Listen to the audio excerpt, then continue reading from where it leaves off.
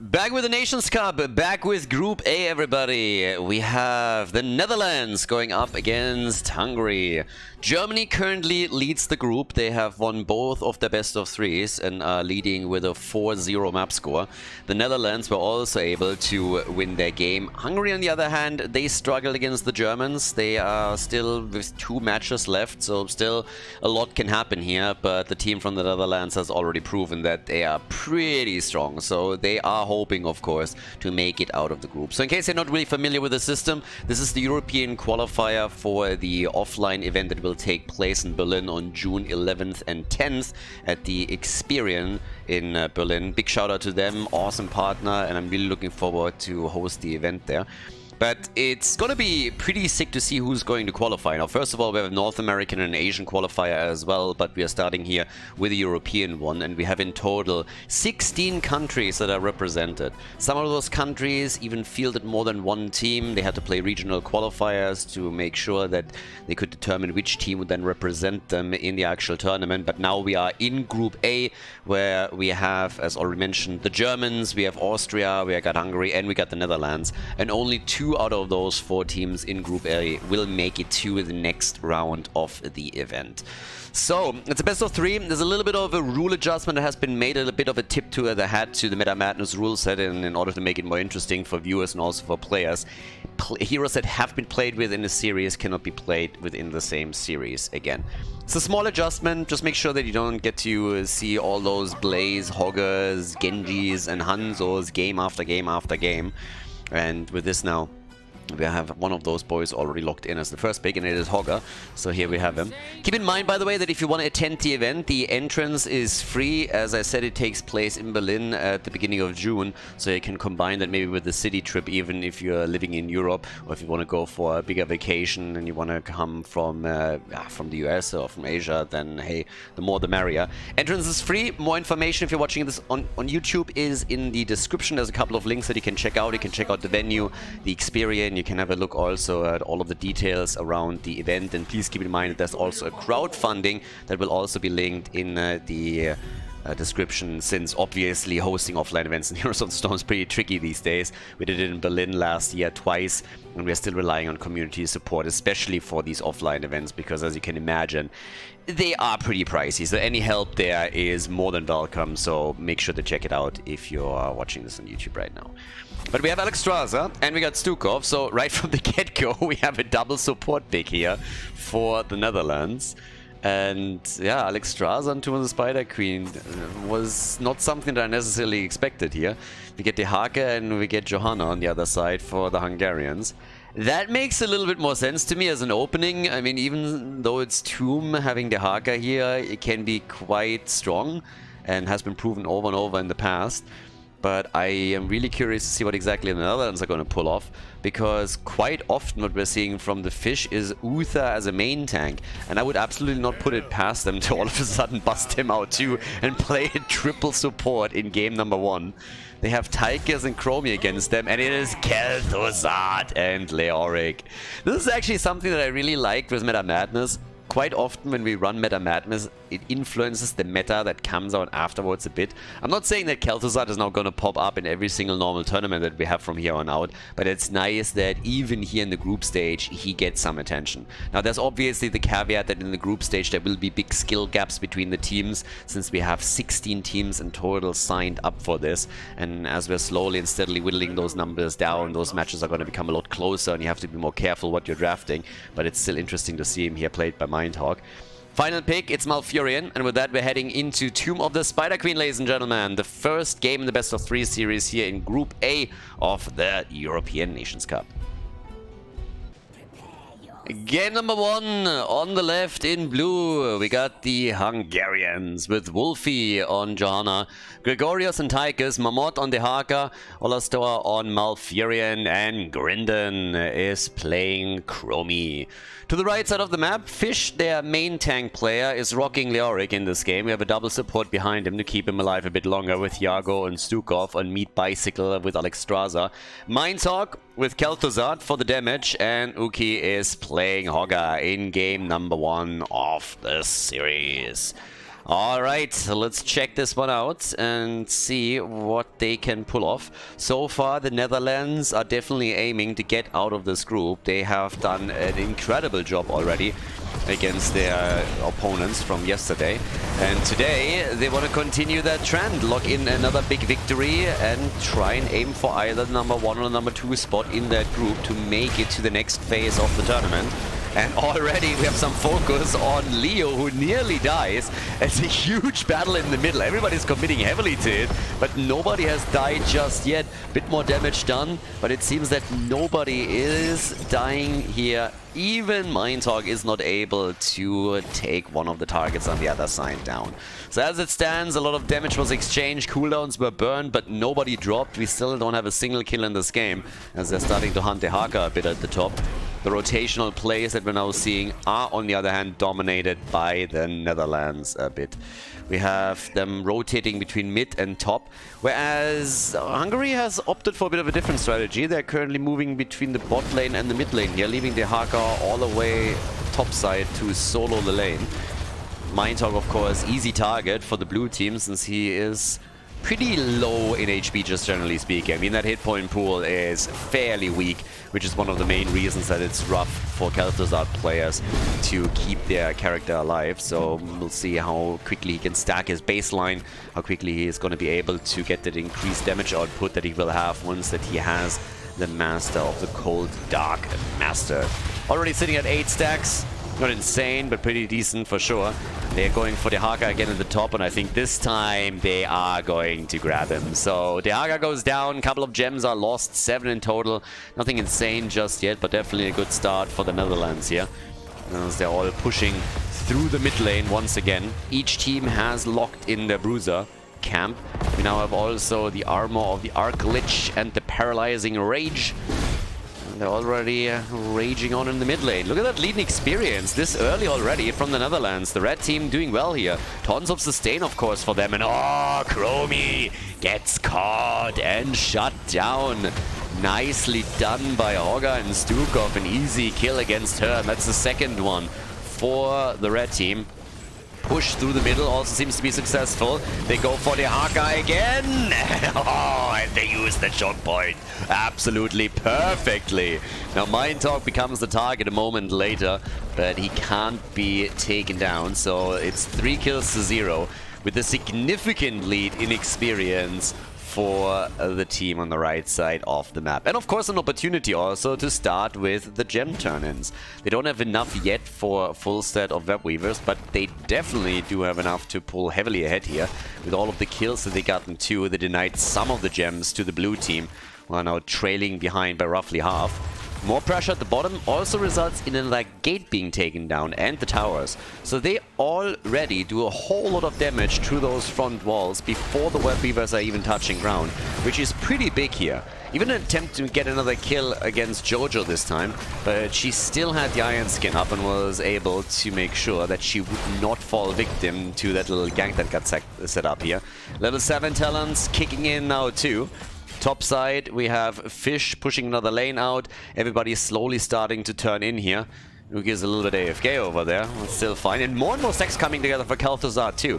The Haka finds himself in trouble here for just a second. Mindtalk is sitting at 19 stacks, like trying to go for the kill here. And they can drop him again. The Haka down. Nicely done. Level 7 helping them, of course, with this. The extra talent. Definitely useful here. Good stacking from Johanna, by the way, but that doesn't help them too much, as they are now losing not only her, but also Tychus. More gems are being recovered, but with Chromie falling, that's now kill number 7 for the team from the Netherlands. Yeah, the Hungarian players, they already struggled on the last day. They're, of course, coming together here to try and represent their country. And we had a lot of nations sign up for this tournament. I'm super happy about it. So not every single country was able to field a full team of players. There were a couple of notable exceptions in Europe in particular, where countries that have 1 or 2 strong players couldn't get 5 together to field an entire team. But then again, you had some surprises pop up, like for example here the Hungarians were able to get some people in play to make it work. And they're doing their best to make sure that they can represent the heroes of the Storm community over here. But they're, of course, up against some really tough opponents. The Netherlands have some strong players that you probably have already seen in a lot of tournaments here, specifically talking about Fish and Mindhawk, for example. And then in addition to that, you have also Uki, you have the Germans that find themselves in the same group, definitely one of the favorites to make it to the offline event in Berlin. And now with a 2-level lead, the heroic abilities are grabbed and the turn-in can be completed. But with a level 10, they're going already for the kill on Tychus. They're now going for Malfurion, and yeah, that's the end of Jojo one way or another. Nicely done by Stukov. Perfect play to get that kill. 43 gems, the final few are being locked in, and that now means that we have Webweavers touching ground in just a couple of seconds. Meat Bicycle over here is still going to get his Siege Giants, but since the first fort in the mid lane has already been destroyed, this could very well spell disaster. It's going to be rough. It's going to be rough for the team in blue, for sure.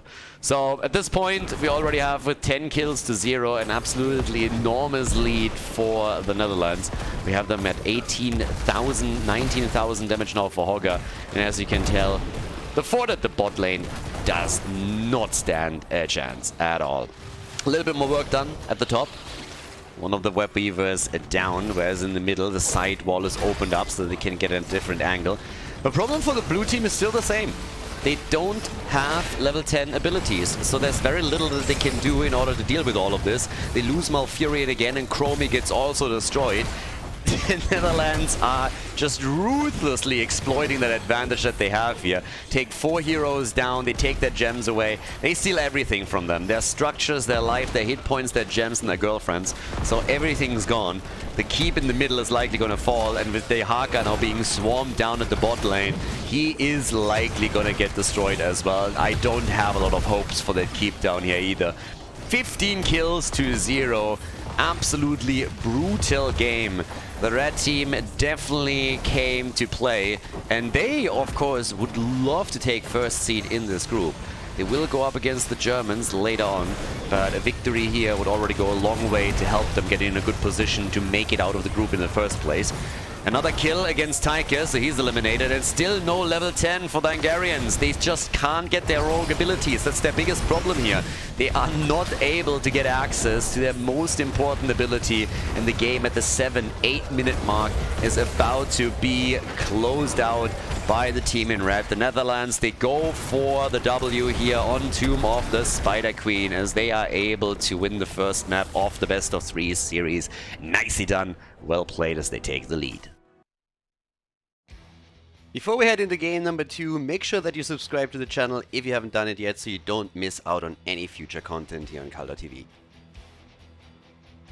Battlefield of Eternity, map number 2. Let's go, boys. The Netherlands with the dominant performance once again. They already did a fantastic job against the Austrians. Now against Hungary, they've taken the lead very quickly. And from the beginning, really choking out the Hungarian plays, not even allowing them to get to level 10 to be able to fight back. So snowballing very quickly in the early game. Now with BOE, we have the map chosen by the Netherlands. Hungary opted for first pick, first ban. And we're now going to find out if there's maybe a strategy here for the team in blue. But it's pretty clear that the Netherlands are very eager to cement their position and also make a huge play to get out of the group quickly. So if they are now able to win this one here on Battlefield, then we would look at 2 teams in the group with a 2-0 match score and a 4-0 map score. And that would be Netherlands and Germany, of course. So it could be quite interesting. Now keep in mind again that with the slight rule adjustments that we have, the heroes that have been played on the previous map cannot be played again. So this is the only small adjustment that we have here for the group stages. Makes things a little bit more interesting, just something to keep in mind. So if you see some odd picks, that is one of the reasons that why that could be the case. During the group stage, usually you have a lot of priority picks taken or just like personal preferences. We saw, for example, Mind Talk with Khaldor. While I absolutely appreciate that pick, I don't really think that we're going to see a lot of Khaldor once that we're heading, let's say, into the offline event, once they were going to Berlin, because the margin of error that you're playing with there is going to be a lot smaller and you won't be able to play heroes like that. But as we've already seen with Meta Madness, for example, when you're playing in the group stage and there are bigger gaps of skill between teams, then a lot of the players are willing to just experiment a little bit more, go in and try something a little bit different. Now Genji banned, so Sylvanas. We have, interestingly enough, Uther banned by the red team. So Fish is not going for his Uther main tank. He already got that pick yesterday. But we have Zul. Interesting choice, actually. Not something that you see all that much on this map in particular. Just simply because Zul doesn't get to wave clear all that much. So it's a little bit trickier, unless you're going for some kind of Alex the Pro G roaming Zul that tries to slice and dice through team fights. You're gonna have a bit of a hard time to really get value out of him. Normally he excels on map where he can easily transition between lanes and then get his wave clear going. But with the Netherlands coming in with the Zarya and Hammer pick, things are already getting spicy here. So yeah, they're gonna siege up heavily, trying to take them down. Now Atanas is claimed as well, and Deckard Kane, ooh. This could get a bit rough. Now with Atanas you can go for some swap action against Sergeant Hammer, but I would assume that this is only going to be semi-successful here. You can always dodge out on that a bit, and with the help of Zarya, even when you get the swap, it's going to be tough to take the Hammer down. Considering that there's no hard stun at this point, even more so. Now you got a few things you can play around with Zul and some slows, but you have to really hit those timings perfectly if you want to make that happen. Morales getting banned, I don't necessarily think that Morales would have been the choice here, but I can see the reasoning. If you have a Stim Drone and Sergeant Hammer and a bit of a pocket heal that plays at a distance, Morales could definitely be very annoying with Hammer and Zarya, but there's plenty of other supports that can help out with this now. I mean, Rhaegar just one of them. You have a burst heal, they go for Auriel in this case. Interestingly enough, Fish picks the target, and now we have a double, Anna and Auriel. So they're going for this double support once again, and this time it's even worse because they're adding the shields of Zarya. So already fairly interesting what they're doing. They've played a double support on the last map, the first one, and now they're doing the same thing again. Lots of sustain, and with Sergeant Hammer and Zarya, they should be able to siege up very, very heavily at the bot lane. Now, from the beginning, I think this is going to be tough. We got Reyna, yeah, his damage on the Immortal is going to be nice, Medivh now too, but I gotta admit that the draft that we're seeing from the Netherlands is just absolutely crazy. I mean, honestly, they just need a good side laner, and then the 4-man should be able to demolish that bot lane before the Immortal even spawns. At least the wall should fall. So, yeah, it is a bit rough. It's a rough draft, I'd say. Imperius, he can also then function as a tank in later team fights. This is a tough draft to battle for Team Hungary. Let's see if they can somehow perform a bit of a miracle and force game number 3, or if the Netherlands are able to win this one as well. BOE, ladies and gentlemen, the second map in the best of 3 series here at Group A of the European Nations Cup qualifier. Game number 2, the Hungarians on the left in blue with Wolfie on Artanis. We got Holastor on Reyna, Gregorius on Medivh, Mammoth is playing Zul, and we got Grindon on Deckard Kane. And I think they role swapped here quite a bit too. Grindon, if I'm not mistaken, was playing Chromie in game number 1, so they have him on the support at this point. Towards the right side with a double support combination, and also Zarya. We're currently having Fish on Auriel, Hyago on Zarya, Mind Talk with Sergeant Hammer, Meat Bicycle on Anna, and Uki is playing Imperius. Now this will be really interesting at the bot lane. As I already explained a bit earlier, I fully expect that this bot lane is going to suffer. The only real tool that the Hungarians have against Sergeant Hammer here is Artanis for a swap, but unless he gets a swap through the wall, I don't see that really having a consequence.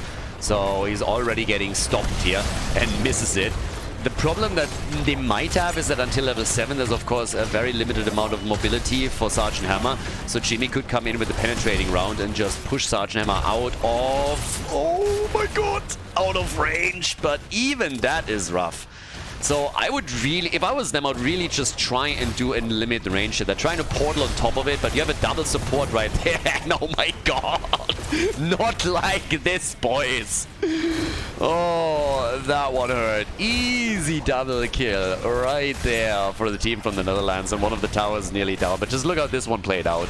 I mean, the idea behind it was obviously just portal on hammer, but as I said, there's so much sustain here. They need to work with the positioning a bit more. So if they get Jimmy in and just use the penetrating round to push Mindtalk back, that would help them to force him to reposition over and over again until he has level 7. If they just keep him in range, it's going to be a bloodbath. The wall is already gone, as I predicted earlier. Here comes the penetrating round, but they're trying to kill Sarja by pushing him back in. I just don't think that this draft has any chance there. It doesn't have the cohesion and the synergy that you're looking for. And with the double support Zarya, you can just relentlessly siege up at the bot lane. It doesn't even matter what happens topside, but Imperius is doing pretty well there too. So here we are. Even without the mobility of level 7, Mindtalk at level 1 is with his team starting to clear the bottom fort. And you can tell how the Hungarians, they are just simply outmatched here.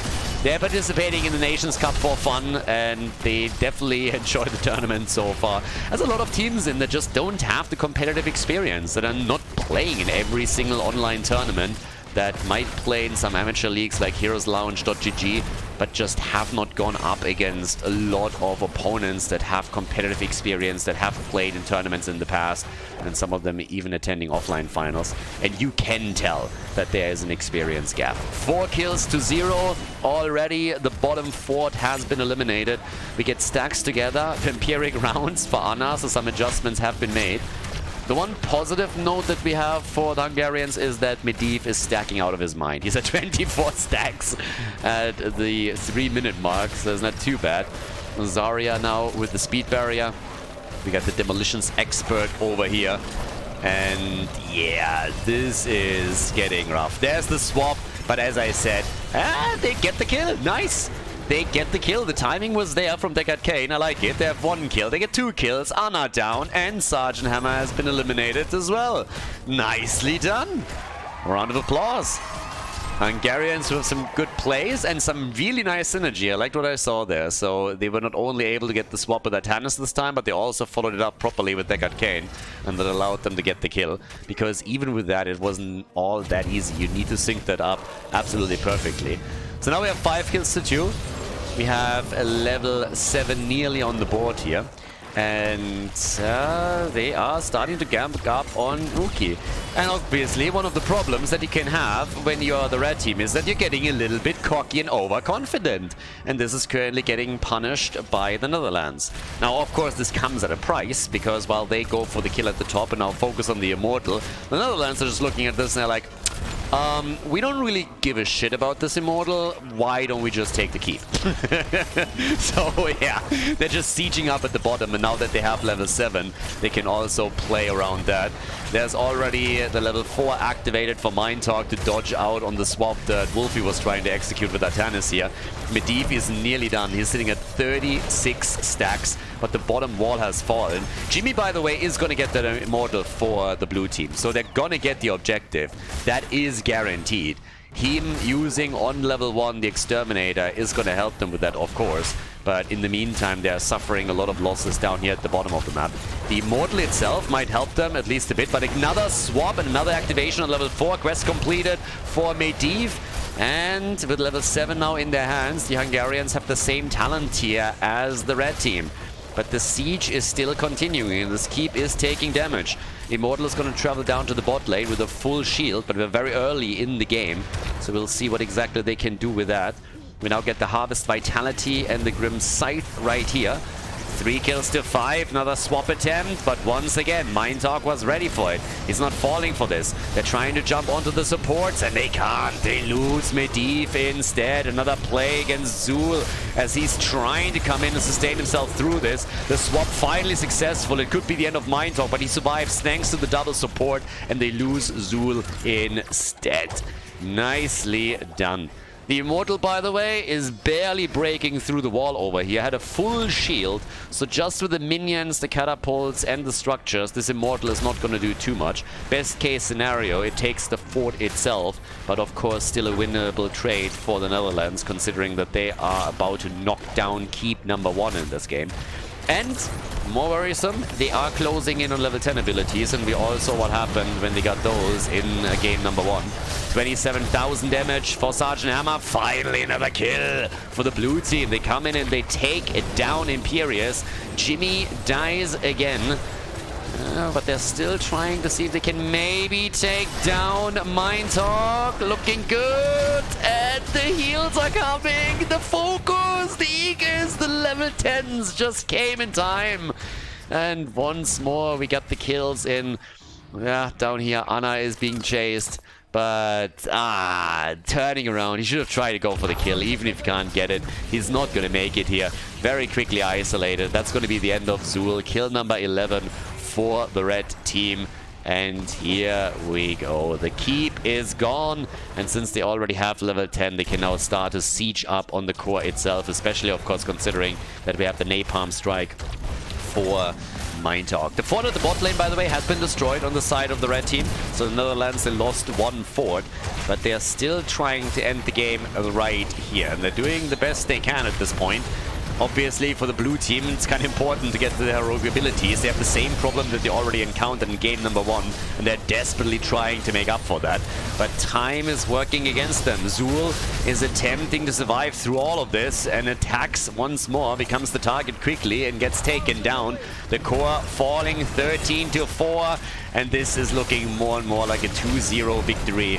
Simply outdrafted here and outclassed in game number 2. The series about to go to the red team. A 2-0 victory for the Netherlands is definitely in their grasp. And as I said, that would allow them to draw even with the Germans in Group A of this Nations Cup. 41% on the core, still no level 10 for the Hungarian team. And this is going to be all she wrote, as now the catapults are also joining the fun here. Mindtalk can just simply burn this one down, as the rest of the team is buying him some space and time. And that's all she wrote. Game number 2, another victory for the Netherlands as they defeat Hungary with a 2-0. GG.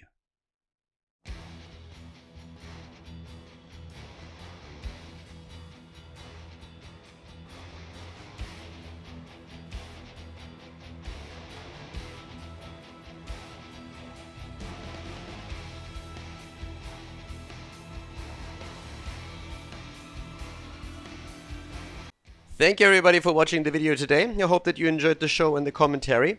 And keep in mind that the spoiler protection that is going to run for the rest of the video is made possible by all the support on patreon.com.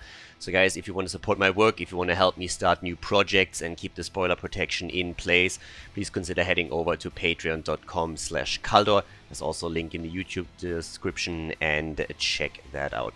Thanks in advance, and see you guys next time with more esports coverage here on Khaldor TV. Have a great day.